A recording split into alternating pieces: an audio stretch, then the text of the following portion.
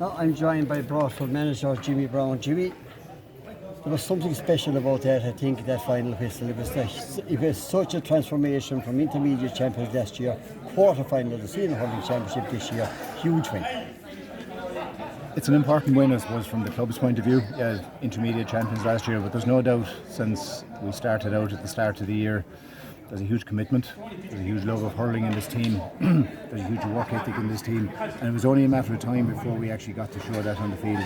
We learned a lot from the Mills game, the first round out, but today was always going to be different. Local derbies, just, it's about grinding out success, and there's no doubt that last 7 or 8 minutes we probably looked out on our feet, but the character of the players shone through, and I have to take my hat off to them in weather conditions like this. It was a fantastic game of hurling from both teams, but I'm absolutely delighted with my lads in terms of the effort they put in and that character, and lockdowns or hoops were happening and maybe a few frees gone against us, but they stayed working, they stayed fucking doing the basics and ground out that result. Jimmy, you more than most people would realise the battle that was in front of Broadford today. A very talented Clondallow side. What was the main focus of the approach to this game? I suppose the main focus was on ourselves, to be honest, Sil. We'd come here 2 weeks ago and we performed very well against the Mills and played some lovely hurling, as people told us afterwards. But I suppose that result got away from us. That performance wasn't quite what it needed to be. So our focus in the last 2 weeks has been on ourselves and actually making us getting stronger, making our hurling better, and focusing on make sure that last 7 or 8 minutes games don't slip away from us.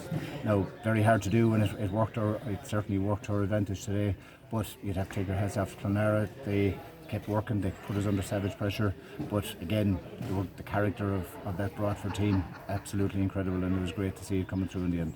There's no point in saying at any time in that game that you're relaxed. When were you most anxious in that game?